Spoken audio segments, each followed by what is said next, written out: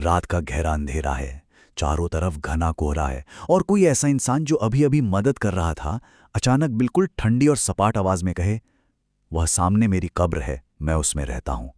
रूह कांप गई ना। बस यही हकीकत और खौफ के बीच की दीवार पूरी तरह टूट जाती है। उस कब्रिस्तान के आसपास का जो सन्नाटा था ना, वो कोई आम शांति नहीं थी। वो एक ऐसा शमशानी सन्नाटा था जहां रात के कीड़े मकोड़ों की प्राकृतिक आवाज तक गायब हो जाती है। सिर्फ सूखे पत्तों की एक अजीब सी सरसराहट।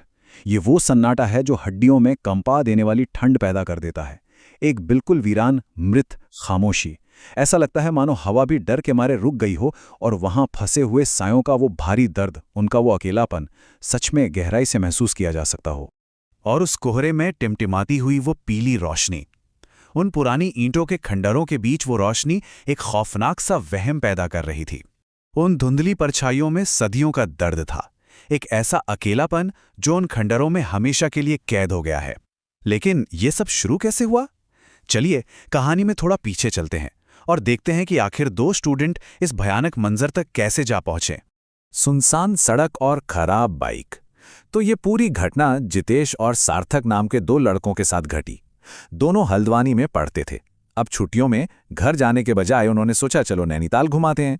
सब कुछ बिल्कुल नॉर्मल चल रहा था जब तक कि उन्होंने शाम के वक्त भवाली में अपने कुछ रिश्तेदारों से मिलने का प्लान नहीं बनाया।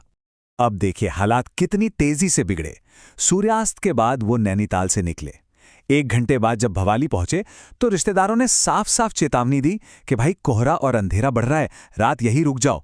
लेकिन उन्हें तो जल्दी वापस लौटना था और यहीं सबसे बड़ी गलती हो गई। उन्होंने रात के उस भयानक अंधेरे में पाइन्स के उस वीरान रास्ते से लौटने का फैसला कर लिया। और फिर वो डरावना पल आ ही गया। पाइन्स के उस सुनसान डरावने रास्ते पर उनकी भारी भरकम बाइक अचानक ऐसे रुकी मानो किसी अनदेखी ताकत ने जोर से ब्रेक लगा दी हो। बाइक बिल्कुल ठप, आगे पीछे मीलों तक कोई मैकेनिक नहीं, कोई इंसान नहीं। उस जमा देने वाले सन्नाटे के बीच फंसकर उनकी धड़कनें तेज हो गईं। उन्हें समझ आ गया था कि इस वीरान सड़क पर वे बिल्कुल अकेले हैं। धुंधली परछाइयां और अनजान मददगार। देखिए, जब इंसान खौफ में होता है ना, तो उसे जो भी सहारा मिलता है वो उसी को पकड़ लेता है। उस सुनसान सड़क पर घबराहट के बीच उन्हें एक बंद चाय की टपरी के पास बैठा एक अकेला आदमी नजर आया। ये आदमी देखने में एकदम नॉर्मल और पढ़ा लिखा लग रहा था। साफ सुथरे फॉर्मल कपड़े पहने हुए थे। उसने बड़े ही आराम से बताया कि वो आर्मी में है और पास ही उसका घर है जहां से वो बाइक ठीक करने के टूल्स ला सकता है। लेकिन अगर ध्यान दें तो उस कंपा देने वाली ठंड में भी वो आदमी अजीब तरीके से शांत था। मौसम का उस पर कोई असर ही नहीं दिख रहा था। ये एक ऐसा साफ इशारा था जिसे वे उस घबराहट में पूरी तरह नजरअंदाज कर गए। अनजाने में ही सही, वे खौफनाक जाल की तरफ बढ़ रहे थे। उन्हें लगा कि रास्ते में बाइक चोरी हो सकती है, इसलिए उन्होंने अपनी बाइक को मेन रोड से हटा लिया। उस घने रेंगते हुए कोहरे में अपनी खराब बाइक को पुराने ईंटों वाले एक अजीब से गेट की तरफ घसीटना, यह बिल्कुल ऐसा था जैसे खुद चलकर किसी भयानक जाल के अंदर चले जाना। रहस्यमयी आर्मी कैंप का सन्नाटा। अब जैसे ही वे उस पुराने गेट के अंदर पहुंचे, उन्हें उम्मीद थी कि वहां कोई घर होगा। लेकिन सामने जो मंजर था वो किसी भयानक सपने से भी ज्यादा खौफनाक था, क्योंकि वो कोई घर था ही नहीं। अंदर का नजारा वाकई रूह कपा देने वाला था। धुंध के बीच कई आकृतियां बिना किसी दिशा के बस भटक रही थीं। ध्यान देने वाली बात यह है कि उनके चेहरे विदेशी और पीले थे और उन्होंने ब्रिटिश काल की पुरानी आर्मी वर्दी पहनी हुई थी। उनकी आंखों में कोई जीवन नहीं था। वो आपस में बात तो कर रहे थे, उनके होंठ हिल रहे थे, लेकिन आवाज कुछ नहीं थी। वहां सिर्फ एक भयानक मरा हुआ सन्नाटा पसरा था। तभी उनमें से एक सैनिक, जो शायद उनका लीडर था, उनके पास आया। जब जितेश ने कहा कि वे उस आदमी का इंतजार कर रहे हैं जो अपने घर से टूल्स लेने गया है, तो सैनिक ने बिल्कुल सपाट, खोखली और भयानक आवाज में घूरते हुए कहा, यहां तो किसी का घर नहीं है। कौन से घर में गया है वो? तुम झूठ बोल रहे हो। भावहीन चेहरे और खौफनाक सच। बस ये वही पल था जब सारा भ्रम टूट गया और असली मनोवैज्ञानिक खौफ ने उन दोनों को अपनी गिरफ्त में ले लिया। वहां जो विरोधाभास था वो सच में रोंगटे खड़े करने वाला था। एक तरफ जितेश और सार्थक थे, जिनकी सांसें तेजी से चल रही थीं, कंपा देने वाली ठंड के बावजूद डर के मारे उनके माथे से पसीना टपक रहा था और वे वहां से भागने के लिए तड़प रहे थे।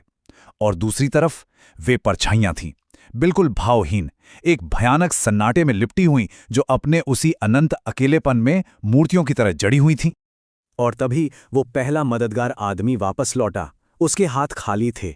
जब उससे पूछा गया कि टूल्स कहाँ हैं, तो उसकी आवाज़ में कोई गुस्सा नहीं था, बल्कि एक ऐसी अंतहीन पीड़ा थी जो लग रहा था सदियों पुरानी है। उसने बेहद शांत दर्द के साथ कहा, माफ़ करना, मैं जिंदा नहीं हूँ, मैं कब्रिस्तान में रहता हूँ। मैं हर दिन भूल जाता हूँ, लेकिन अपनी कब्र के पास आकर मुझे सब याद आ जाता है। ये सुनते ही ना जैसे खून जम गया हो। वहां से भागने के लिए जैसे ही उन्होंने पीछे मुड़कर देखा, वहां का नजारा किसी का भी दिल दहला सकता था। वो सारे के सारे सैनिक अब हिलडुल नहीं रहे थे। वो सब अपनी जगह पर पत्थर बन चुके थे और अपनी मृत पथराई हुई आंखों से लगातार उन्हीं को घूर रहे थे। आसपास सिर्फ पुरानी कब्रें थीं, एक वीरान कुआं और वो हड्डियों को चीर देने वाली खौफनाक खामोशी। वीरान वॉर मेमोरियल का रहस्य। तो वो लड़के उस रात अपनी जान बचाकर किसी तरह नैनीताल भागने में तो सफल रहे, लेकिन अगले दिन सुबह जब वे एक टैक्सी ड्राइवर के साथ वहां वापस लौटे तो जो सच्चाई सामने आई उसने उनके होश उड़ा दिए। टैक्सी ड्राइवर ने बताया कि भाई वहां कोई आर्मी कैंप है ही नहीं। असल में वो ब्रिटिश काल का एक बहुत ही पुराना और वीरान वॉर मेमोरियल कब्रिस्तान है। वहां दफनाए गए वे मृत सैनिक अपने अकेलेपन के दर्द में आज भी फंसे हुए हैं।